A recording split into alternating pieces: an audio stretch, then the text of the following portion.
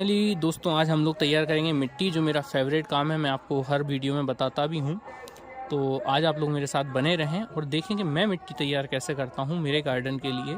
वैसे तो यूट्यूब ने सभी को गार्डनिंग का एक्सपर्ट बना दिया है, पर सबके अलग अलग तरीके हैं और ये मेरा फेवरेट काम है पर्सनली, तो शायद आप लोगों को अच्छा लगे। साथ में आप लोगों को रामधुन सुनने मिलती रहेगी, क्योंकि जहाँ हम रहते हैं हमारे जस्ट पास में बड़ा सा मंदिर है जिसे हम आश्रम कहते हैं, और आश्रम पे बड़ी अच्छी रामधुन चलती रहती है। 24 घंटे की अखंड रामायण हम लोग यहाँ पे 24 साल भर सुनने मिलती है हमें, तो आप लोग भी इसका आनंद उठाएं। आपको शायद सुनाई भी दे रही होगी रामधुन, जय श्री राम जय जय श्री राम की, तो आप लोग भी इसका आनंद लें और मेरे साथ मिट्टी तैयार करना भी सीखते जाएं।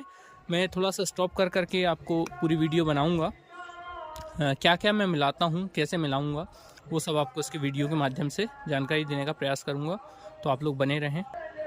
सबसे पहले मैंने मिट्टी को यहाँ पे फैला लिया है और ये एकदम वैसी मिट्टी है जिसको अपन लोग बोलते हैं काली मिट्टी, छनी हुई मिट्टी है। इसमें ज़्यादा कंकड़ या पत्थर ऐसे कुछ चीज़ें हमें देखने को नहीं मिलेंगी, थोड़ी बहुत होंगी भी, तो हम लोग वैसे जब मिट्टी पूरी तैयार हो जाएगी तो एक बार और छानेंगे बड़े छलने से और फिर इस मिट्टी का हम यूज़ करेंगे।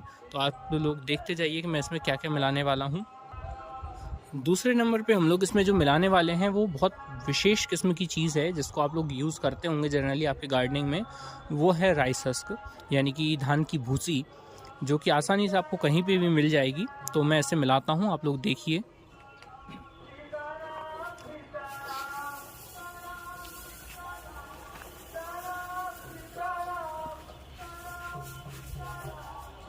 ये एक तगाड़ी मैंने अभी इसमें धान की भूसी मिला ली है, करीब ये 8 से 10 तगाड़ी मेरी मिट्टी है और एक तगाड़ी अभी मैंने इसमें धान की भूसी मिलाई है। चूँकि मिट्टी हमारी ज़्यादा है तो धान की भूसी भी हमें उसी पैमाने पे मिलानी है। 8 तगाड़ी मिट्टी पे 2 तगाड़ी कम से कम धान की भूसी हम मिलाएंगे। ये एक तगाड़ी थी और इसके बाद ये दूसरी तगाड़ी भी हमने इस पर डाल दी है।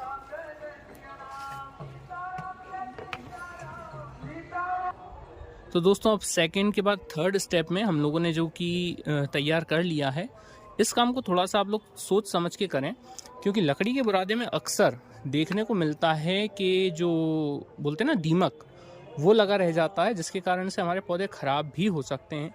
तो हम लोग थर्ड पे मिलाने वाले हैं लकड़ी का बुरादा।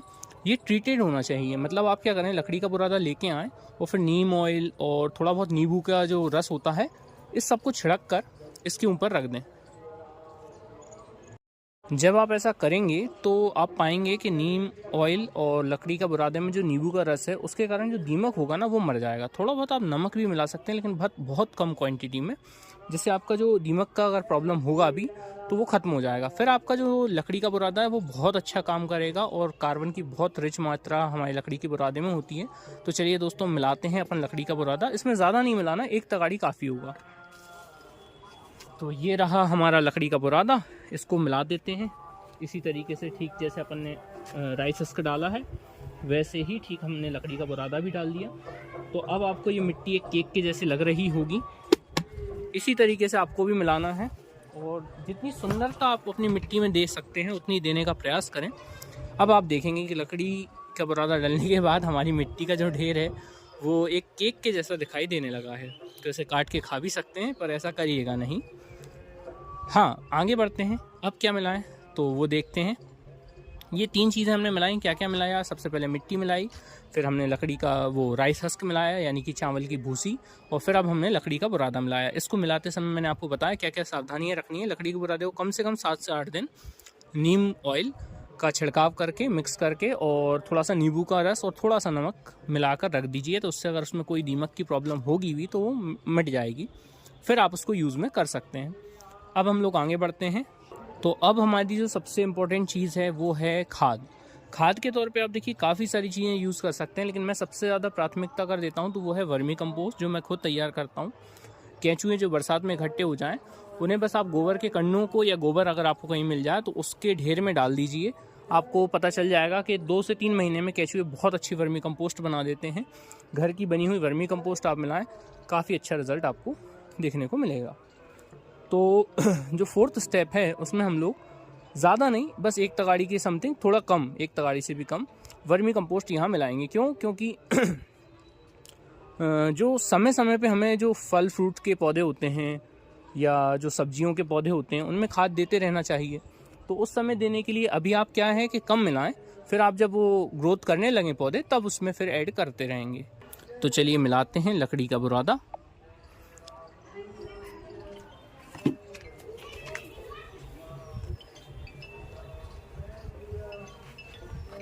सॉरी, वर्मी कंपोस्ट मिलाते हैं। लकड़ी का बुरादा हमने इससे पहले स्टेप में मिलाया था। तो आप लोगों ने देखा कि हमने यहाँ पे क्या मिला दिया है। अब हमने मिला दिया है यहाँ पे हमारा वर्मी कंपोस्ट, जो कि केचुए की खाद है, गोबर से बनी हुई केचुए की खाद। अब दोस्तों एक बहुत अच्छी और बहुत ज़रूरी चीज़ हम लोग इसमें मिलाने वाले हैं। ये है जामुन के पत्ते और तेज पत्ता जो होता है ना, उसका पाउडर पिसा हुआ। जो आपकी छत पे तेज पत्ते के प्लांट्स होंगे, उनके जो पत्ते सूख के गिर जाते हैं ऑटोमेटिक, उनका आप पाउडर कर लें, या जामुन के सूखे पत्ते कहीं आपको मिल जाएं तो उनका पाउडर बना लें। इससे बहुत प्यारी खुशबू आएगी और मिट्टी में जितने भी हार्मफुल बैक्टीरियाज होंगे वो आपके बहुत ज़्यादा आपको परेशान नहीं करेंगे। आपको और किसी प्रकार की कोई दवाई या केमिकल डालने की ज़रूरत नहीं पड़ेगी अगर आप एकमात्र ये चीज़ मिला लेते हैं तो आइए ऐसे मिला देते हैं। इसे बड़े ध्यान से मिलाइए क्योंकि ये बारीक पाउडर है, उड़ता बहुत है।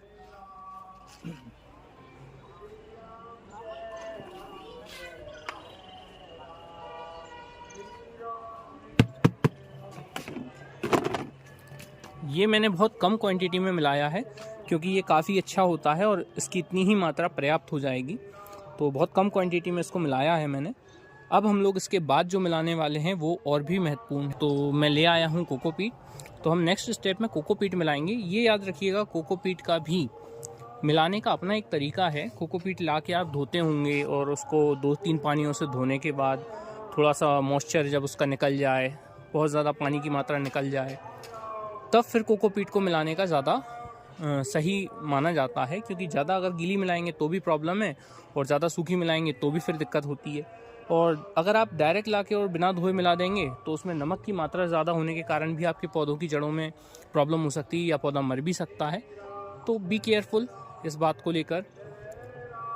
जब भी हम कोकोपीट मिलाएं तो इस बात का ध्यान रखें कि कोकोपीट मिलाने से पहले उसे 2 से 3 बार अच्छे पानी से वॉश ज़रूर कर लें और फिर उसे सुखा के हल्का सा उसकी नमी अकेली रह जाए, ज़्यादा गीला ना रहे, फिर मिलाएं। तो चलिए मिलाते हैं कोकोपीट।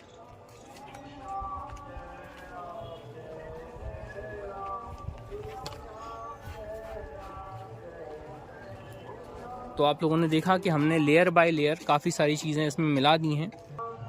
तो मैं एक तगाड़ी कोकोपीट और ले आया हूँ, इसे भी हम लोग मिला देते हैं इसमें अच्छे से। अब इसके बाद हम लोग कुछ इंग्रेडिएंट्स और डालेंगे, कुछ सारे तत्व और डालते हैं, तो वो मैं एक एक करके आपको बताते जाऊंगा, आप लोग देखते जाएं और मैं डालता जाता हूं। तो सबसे पहले हम लोग यहाँ पे मिलाने वाले हैं हल्दी पाउडर। ज़्यादा नहीं, एक पूरा ढक्कन हम लोग इसमें हल्दी पाउडर मिला देंगे। काफ़ी अच्छा रहता है हल्दी पाउडर, आपको पता ही है इसके गुण, क्योंकि यूट्यूब पे इतनी वीडियोज़ हैं कि आप लोग जानते ही होंगे कि हल्दी पाउडर क्या क्या करता है। मैं ज़्यादा समय आप लोगों का यहाँ ख़राब नहीं करते हुए यहाँ पे 1 कटोरी हल्दी पाउडर डाल देता हूँ। और ये हल्दी पाउडर से आप लोग देख पा रहे होंगे कि कितना प्यारा रंग हमारी मिट्टी का आने लगा है। इसके बाद हम लोग डालेंगे यहाँ पे नीम की खली का पाउडर। तो वैसे तो बहुत ज़्यादा मात्रा में नीम की खली का पाउडर डालना चाहिए, परंतु अभी मेरे पास जितना अवेलेबल है तो मैं 2 ढक्कन के समथिंग यहाँ पे नीम की खली का पाउडर डाल देता हूँ। ये मैंने यहाँ पे डाल दिया है नीम की खली का पाउडर। थोड़ा मैं हल्दी का पाउडर और लेके आया हूँ क्योंकि हल्दी का पाउडर थोड़ा और लगेगा, मुझे ऐसा लग रहा है। नीम की खली और हल्दी का पाउडर की मात्रा और सरसों की खली, ये तीनों चीज़ें थोड़ी ज़्यादा मात्रा में डालें तो रिज़ल्ट आपको काफ़ी अच्छे देखने को मिल जाएंगे। तो यहाँ पे अपन लोग हल्दी का पाउडर 1 ढक्कन और डालते हैं। ये रहा हमारा हल्दी का पाउडर। और मज़े की बात यह है कि ये हल्दी की गांठें हमारे घर की निकाली हुई हल्दी से ही बनी हुई हैं। मतलब ये हल्दी पाउडर जो है वो हल्दी की गांठें जो हमने घर पे निकालते हैं हम हर साल, उसी से बनाते हैं। तो ये काफ़ी ऑर्गेनिक है और ये अच्छा भी है, खुशबू भी है, और साथ में आप मिट्टी का कलर देख ही सकते हैं कितना सुंदर है।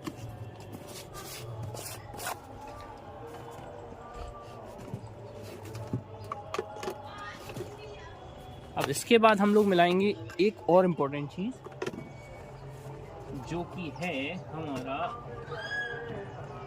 दालचीनी का पाउडर। किसका पाउडर? दालचीनी का।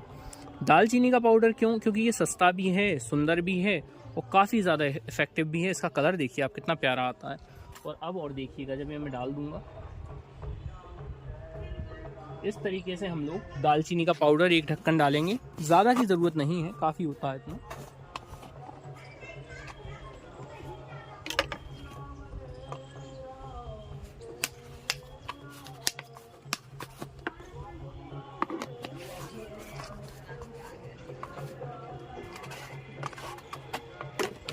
और लास्टली एंड फाइनल हम डालने वाले हैं इसमें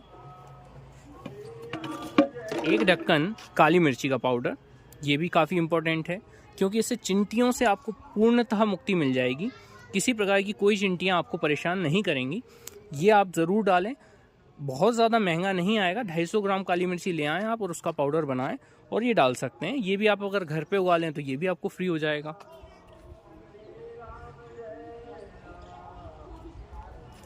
बस एक बात याद रखिए, गार्डनिंग में कोई केमिकल यूज़ मत करिए।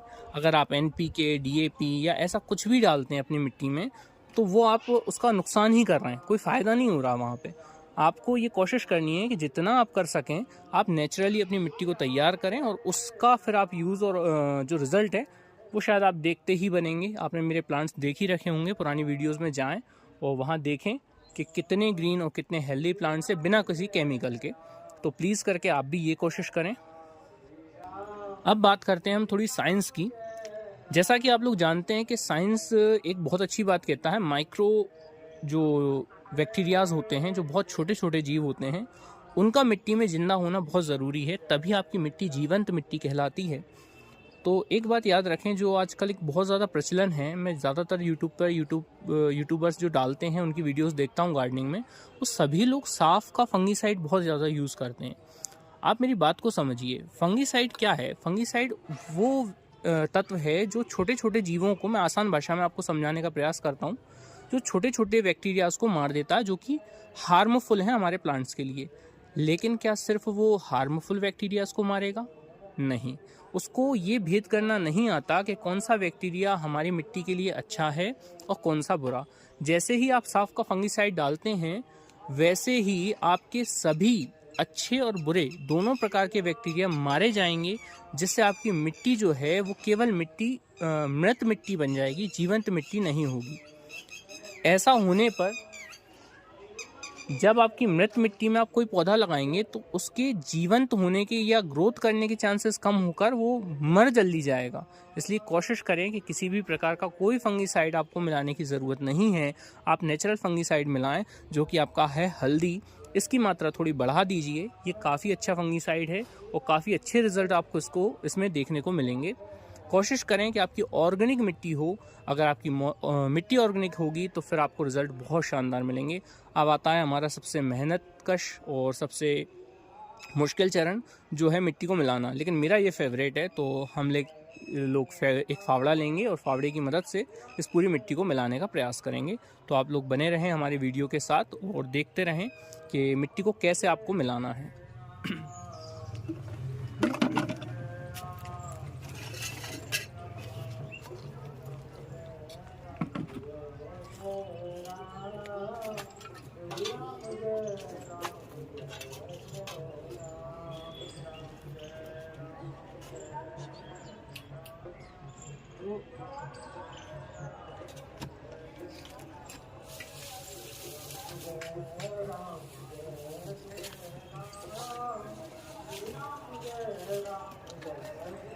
सबसे पहले हम मिट्टी को काटना चालू करेंगे, थोड़ा थोड़ा करके काटते जाएंगे और ये ऊपरी परत को हम आसानी से मिला लेंगे, ताकि हमारा कोकोपीट में ये सारे पाउडर जो हमने डाले हैं वो अच्छे से मिल जाएं। इससे क्या होगा, जो हमारे पाउडर्स हैं, यानी कि जैसे हल्दी का, काली मिर्ची का, दालचीनी का, ये सब उड़ेंगे नहीं तो आपके आसानी से मिट्टी में भी मिल पाएंगे। अब नीचे से मिट्टी को खींचना शुरू करें। चमेली की बेल हमारी परेशान कर रही है हमें, तो इसे कुछ समय के लिए हम साइड में कर देते हैं।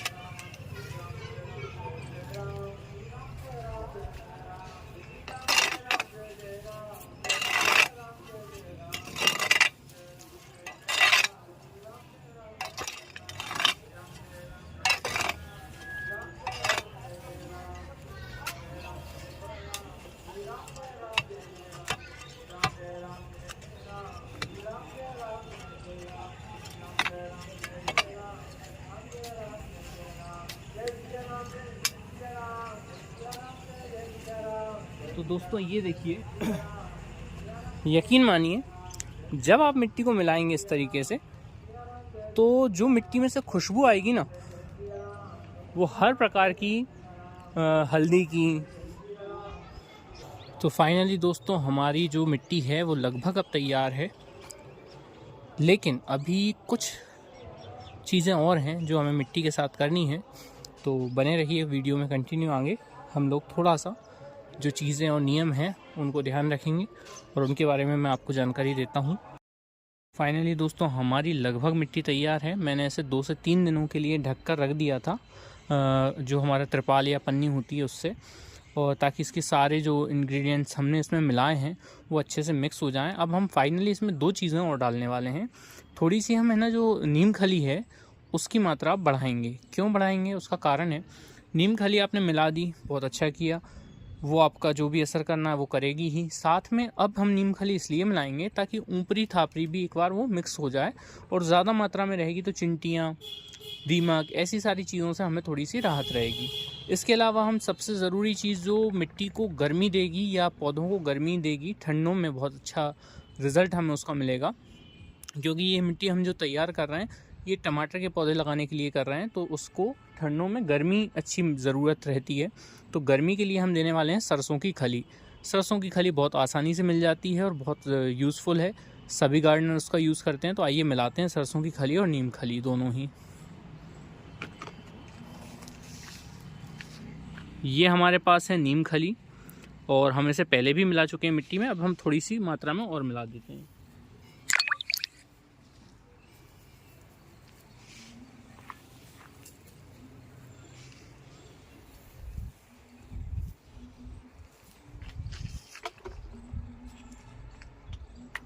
ये है हमारे पास सरसों की खली, जिसे ऑनलाइन भी मिल जाती है, ऑफलाइन भी। इसे कूट पीस के छान कर और एक सा दाना बनाने के बाद आप मिक्स करें तो ज़्यादा अच्छा रिजल्ट देगी।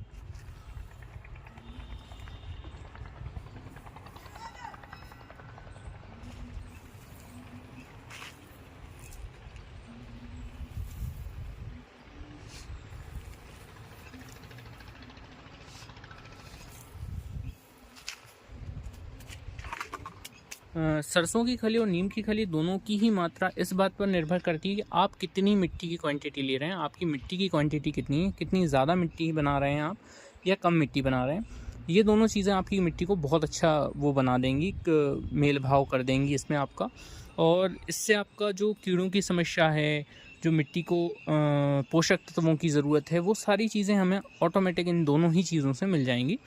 तो हम लोग इन चीज़ों को मिक्स करते हैं अब अच्छी तरीके से। तो फावड़े की मदद से हम लोग इसे अब मिक्स करते हैं, और आप लोग देखिए कि हमारी मिट्टी जो है काफ़ी दिनों से, मतलब करीब 5-6 दिनों से हमने इसे अच्छे से पैक करके रखा हुआ था पन्नी से ढक के, और इसे थोड़ा कोकोपीट मिलाई थी तो मॉइस्चर भी बना हुआ था, और अब ये मिट्टी एक रस हो गई है। एक रस का आप मतलब समझिए कि जो गार्डनर्स ये गलती करते हैं कि मिट्टी तैयार करने के बाद तत्काल उसमें पौधे लगाएंगे, तो यकीन मानिए कि उसमें पौधा स्ट्रेस में जा सकता है। लेकिन इस मिट्टी को अगर आपने लगा दिया और तैयार करने के बाद 5-6 दिन के लिए ढक कर रख दिया, तो आप यकीन मानिए कि आपके पौधे को कोई स्ट्रेस नहीं होने वाला। वो आसानी से, चूँकि मिट्टी हमारी प्रॉपर वे में तैयार हुई है, एक रस हो चुकी है, तो वो अच्छा रिज़ल्ट हमें देने के लिए मजबूर है। तो आइए इसे मिक्स करते हैं।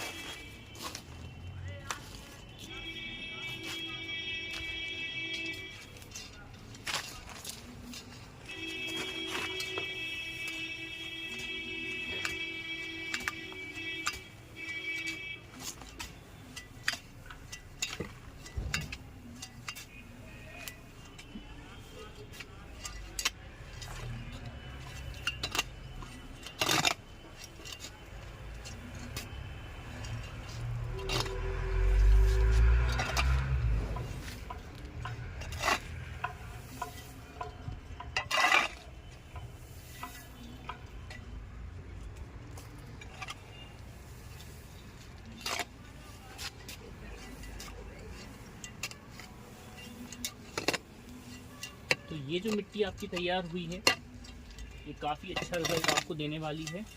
बस आपको इसको बहुत ध्यान से मिक्स करना है और अच्छे से मिक्स करना है, क्योंकि इसमें भी कोकोपीट डली हुई है तो नमी बरकरार है। फिर भी अगर आपको लगे कि थोड़ी भी नमी की कमी है तो आप बस एक काम करिए, वो काम है कि आप इसमें थोड़ा सा पानी का छिड़काव कर लीजिए और इस तरीके का जो भी कचरा बीच बीच में दिखे उसे हटाते जाइए।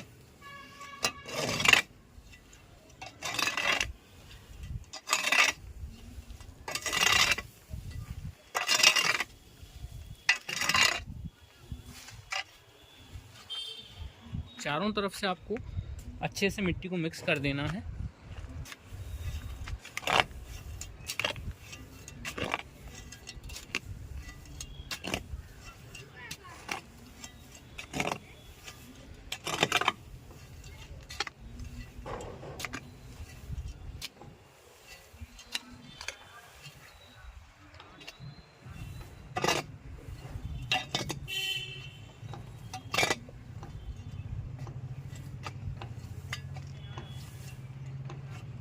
तो ये आपकी जो मिट्टी है वो प्रॉपर वे में मिक्स हो चुकी है। अब इसको आपको कुछ ज़्यादा नहीं करना। इसमें अगर आपके घर पे कहीं आप अगर चाय पत्ती का यूज़ करते हो तो जो वेस्ट चाय पत्ती निकलती है, मतलब जो आप छानने के बाद निकालते हैं, उसका ज़रूर मिक्स करें इसमें। वो बहुत अच्छा रिज़ल्ट देती है हर एक मौसम में। उसके रिज़ल्ट मैंने देखे हैं, शानदार होते हैं। तो यहाँ पर हम लोग अब जो करने वाले हैं वो मेरी चाय पत्ती से युक्त, मतलब मैं चाय पत्ती को क्या करता हूँ किचन से लाकर और जो मिट्टी होती है ना उसमें मिला के रख देता हूँ, और वो मिला के इस तरीके से रख देता हूँ कि वो एक रस हो जाएं, दोनों अच्छे से मिक्स हो जाएं। तो ऐसी मिट्टी जो मेरी चाय पत्ती मिक्स है उस मिट्टी को अब हम लोग इसमें मिलाने वाले हैं। तो आइए मिलाते हैं। इस काम को करते करते सांस भरने लगती है, क्योंकि मेहनत का काम है। तो जब सांस भरती है तो फिर बोलते नहीं बनती है। तो आप लोगों को थोड़ा बहुत अगर समझ में ना आए तो आप लोग वीडियो को रिपीट करके देख लीजिएगा। तो आइए मिलाते हैं हम लोग मिट्टी ऐसी जो चाय पत्ती युक्त है। तो इसे मिलाएंगे तो ये आपको काफ़ी ज़्यादा हेल्पफुल रहेगी। एक तो ये मिट्टी को हल्की बनाएगा, ये जो मिट्टी रहेगी चाय पत्ती वाली, और दूसरी ये मिट्टी का फ़ायदा ये होता है कि ये मिट्टी है ना केंचुओं के लिए बहुत अच्छी एक स्पेस बनती है। जब भी आपकी मिट्टी में बरसात के दिनों में आप केंचुआ ला के डालेंगे तो मिट्टी में वो केंचुए दुगनी तरीके से फलेंगे फूलेंगे इस चाय पत्ती की मिट्टी के कारण। दूसरा, चिंटी की बड़ी जो समस्या है ना, तो अब आपकी चिंटी की कोई समस्या नहीं रहेगी, क्योंकि आप जब चाय पत्ती को मिट्टी में ला के डायरेक्ट मिलाते हैं तो वहाँ पे मिट्टी के जो माइक्रो ऑर्गेनिज्म होता है वो क्या करेगा, वो चाय पत्ती के पूरे चिंटियों को हटा देगा। मतलब अगर चाय पत्ती में चिंटी लगने भी वाली होगी तो ऐसा नहीं हो पाता। इसलिए मैं ऐसी मिट्टी को सेपरेट तैयार करने के बाद और फिर उसे यहाँ पे मिक्स करता हूँ। तो आइए मिक्स करते हैं।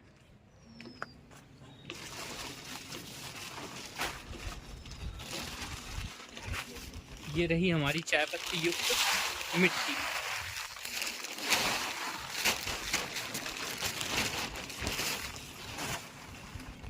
और अब हम इसको अच्छे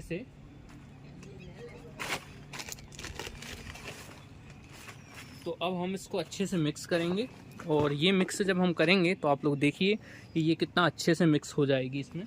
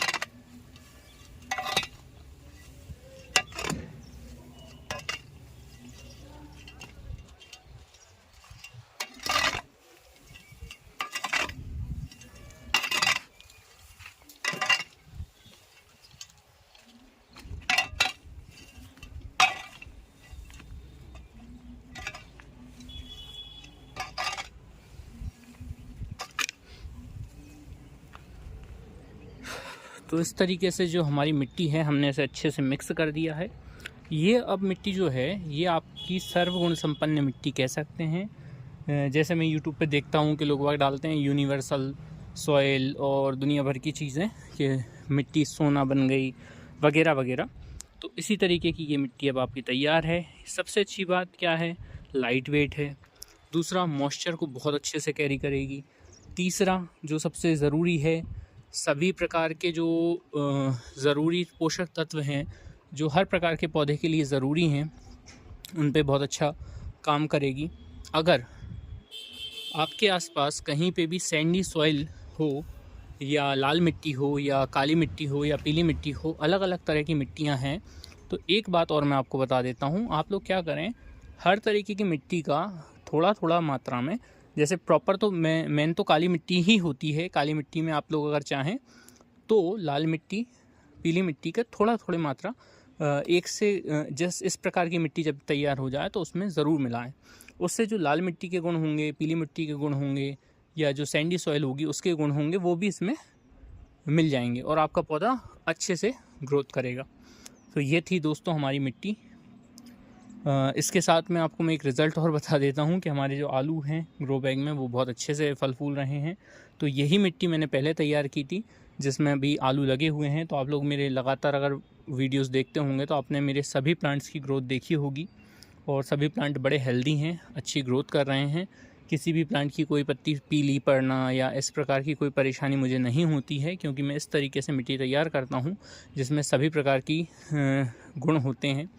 तो हमने इसमें फाइनली क्या क्या डाला मैं रिवीज़न करवा देता हूँ, आप लोगों को रिवाइज़ करवा देता हूँ। हल्दी, काली मिर्ची का पाउडर, दालचीनी का पाउडर, लौंग का पाउडर हो तो अच्छी है, नहीं है तो कोई बात नहीं, सरसों की खली, नीम की खली। हाँ, आप एक और चीज़ भी डाल सकते हैं, चौक जो होती है ना हमारी चौक बत्ती, उसको तोड़ के भी डाल सकते हैं। और चूना मिल जाए कहीं पे तो ज़्यादा नहीं, 100 ग्राम चूना इतनी मिट्टी के लिए पर्याप्त है। अगर आपको चूने का पाउडर मिल जाए तो वो भी आप डालें, बहुत अच्छा रिज़ल्ट देखने को मिलता है। साथ में vermicompost, kitchen waste compost, cow waste compost है ना, ये सब चीज़ें हमने इसमें मिलाई। कोकोपीट मिलाई और क्या मिलाया, और मिलाया हमने इसमें बुरादा। वो आप लोगों के ऊपर निर्भर है कि आपके उधर मिल जाए तो बहुत अच्छा है। सबसे ज़रूरी चीज़ मिलाई हमने राइस हस्क, जिससे हमारी मिट्टी हेल्दी होगी और हल्की बनेगी। साथ में हमने मिलाया इसमें काली मिट्टी में थोड़ा बहुत जो है वो है दालचीनी का पाउडर वगैरह। तो ये सब चीज़ें आप मिलाएं। एप्सम सॉल्ट हमने इसमें मिलाया था थोड़ी सी मात्रा में, 1 चम्मच के समथिंग, और हमने इसमें मिलाया था पोटाश। ये बहुत ज़रूरी चीज़ें थी, तो मैंने आप लोगों को एक बार फिर से रिवाइज़ करा दिया। इतनी चीज़ें मिलाने के बाद जो मिट्टी आप तैयार करेंगे वो काफ़ी लाइट वेट होगी, काफ़ी हेल्पफुल रहेगी आपकी सभी प्रकार के पौधों में, अच्छा रिज़ल्ट आपको देखने को मिलेगा। सबसे ज़रूरी चीज़ है, कम से कम 7 दिन के लिए इस मिट्टी को कोकोपीट मिलाने के बाद जब नमी आप अच्छे से मिला देते हैं तो फिर 7 दिन के लिए इसे ढक के रख दें, ताकि सारी जो चीज़ें हमने मिलाई हैं वो सब एक रस हो जाए, मिल जाए। साफ का फंगीसाइड मिलाना मैंने जर्नली हर वीडियो में देखा है, लेकिन एक बात याद रखें, साफ का फंगीसाइड एक फंगीसाइड है, या कोई भी फंगीसाइड आप लेते हैं तो वो ये भेद नहीं करता कि वो अच्छे बैक्टीरियाज़ को मार रहा है या बुरे बैक्टीरियाज़ को मार रहा है। वो मिट्टी के लगभग सभी बैक्टीरियाज़, सभी जो माइक्रो के बोलते हैं सूक्ष्म जीव होते हैं हमारे, उन सभी को मार देता है। तो इसलिए किसी भी प्रकार का फंगीसाइड मिलाने से अच्छा है आप हल्दी पाउडर मिलाएं, जो कि सिर्फ बैड बैक्टीरियाज और बैड जो हमारे जो वो होते हैं कीट पतंगे या छोटे छोटे जो सूक्ष्म जीव होते हैं बुरे वाले, उनको मारती है हल्दी, बाकी अच्छे जीवों को नुकसान नहीं पहुंचाती है। क्योंकि अगर आप मृत मिट्टी में कोई भी पौधा लगाएंगे फंगीसाइड डालने के बाद, तो मृत मिट्टी में आप कैसे उम्मीद कर सकते हैं कि एक अच्छा हमारा हेल्दी प्लांट मिलेगा। तो इस बात का ध्यान रखें, कोशिश करें कि आप अच्छी जीवंत मिट्टी मिलाएं, और हो सके तो जीवामृत वगैरह का छिड़काव इस पर करें, नीम ऑयल का छिड़काव करें, और इससे फिर एक बार मिलाकर और फिर इसे रख दें। तो अब आइए, इसमें हम लोग सबसे ज़रूरी चीज़ करने वाले हैं, वो है नीम ऑयल का जो है छिड़काव करेंगे पूरी मिट्टी पे। थोड़ा सा इसे फैला लेते हैं और इसे फिर मिक्स करके और फिर रख देंगे इसे, ठीक है ना। तो आइए हम लोग इसमें मिक्स करते हैं, कड़वा नीम ऑयल का छिड़काव करते हैं। तो आइए इसे फैला लेते हैं थोड़ा।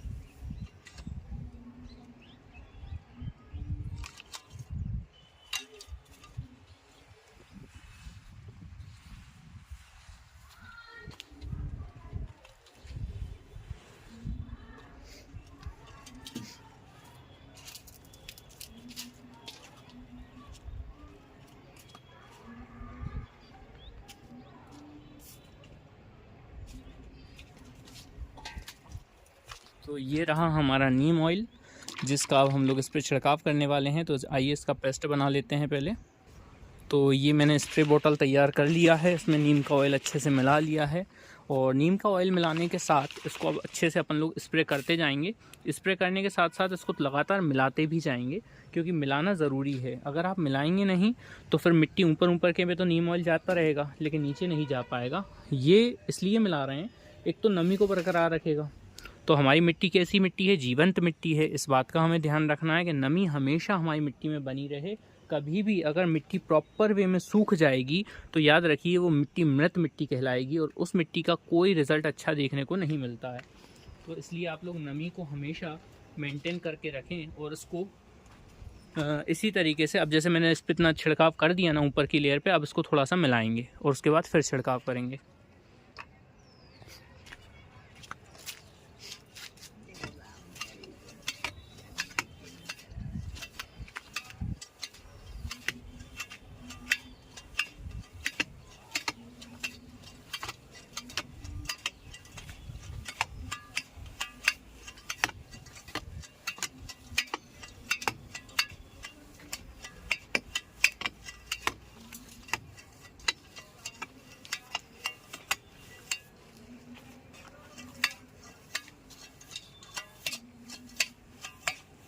ये देखिए मैंने इसको मिला दिया। अब मिलाने के बाद हम लोग इस पर फिर से थोड़ा सा मिलाने के बाद अब हम इस पर फिर से नीम ऑयल का छिड़काव करेंगे। आई होप सो कि आप लोग मेरी बात को समझ पा रहे होंगे। इसी प्रकार से आपको 3 से 4 बार अच्छे से कर देना है, और फिर आप लोग देखेंगे कि आपकी मिट्टी में कभी कोई कीड़ा कांटा या ऐसा बोल सकते हैं चिंटियाँ घर नहीं बनाने वाली, क्योंकि उनको ये चीज़ें बिल्कुल पसंद नहीं हैं। अगर आपके पास कपूर का ऑयल मिल जाए जो कि आपके घर के पत्तों से बना हुआ हो, या ऐसा बोल सकते हैं कड़वे नीम के पत्तों का ऑयल मिल जाए, या फिर लौंग का ऑयल मिल जाए, तो ये सारी चीज़ें आप लोग इस मिट्टी में छिड़क सकते हैं और ये बहुत अच्छा रिज़ल्ट आपको देखने को मिलेगा। तो आइए ये छिड़कने के बाद अब हम लोग एक बार और इसे अच्छे से मिक्स कर देंगे।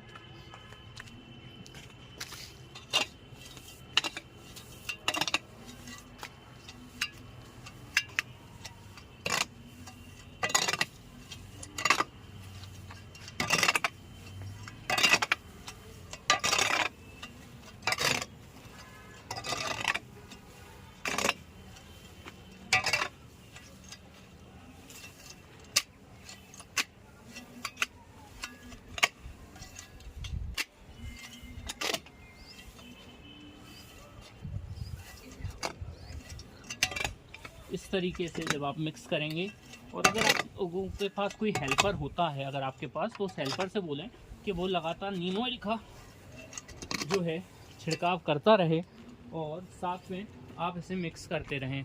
ये सबसे अच्छा तरीका होगा हमारी जो मिट्टी है उसको मिक्स करने का।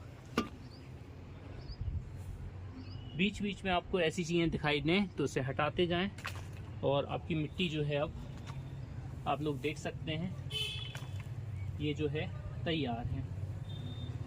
ये जो मिट्टी आपकी रहेगी आप लोग देख सकते हैं, ये सबसे अच्छी मिट्टी है। खुशबू बहुत प्यारी आ रही है। तो ये थी हमारी कुछ मिट्टी। क्या है ना, जब मेहनत का काम करते हैं तो थोड़ी सांस तो फूलती ही है, लेकिन अब क्या कर सकते हैं, अभी इस पर और थोड़ा हम छिड़काव कर देते हैं नीम ऑयल का, और फिर इसको एक ढेर बनाकर फिर से ढक के रख देंगे। फिर आप लोग देखिएगा जो हमारा मिट्टी है वो सर्वगुण संपन्न मिट्टी कहलाने लगेगी, जिसको हम लोग बोल सकते हैं कि हमारी जो ऐसी मिट्टी जो जीवंत है और हर प्रकार के पेड़ पौधों के लिए, सब्जियों के लिए, फलों के प्लांट के लिए, सभी के लिए ये शानदार मिट्टी है। आप लोग मेरे मौसम्बी का अपडेट ज़रूर देखिएगा।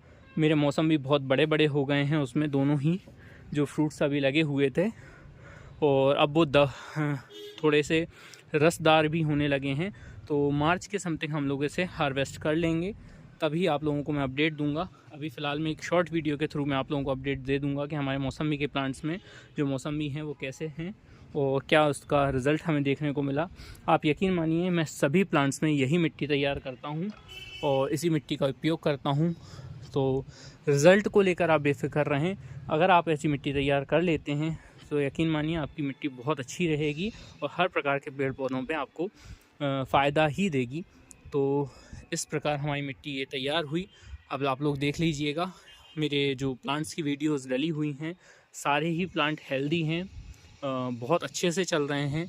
और कुछ कमियां अगर मेरी इस मिट्टी में तैयार करने में रही हों तो प्लीज़ मुझे कमेंट करके ज़रूर बताएं, क्योंकि मैं भी एक स्टूडेंट ही हूं गार्डनिंग का।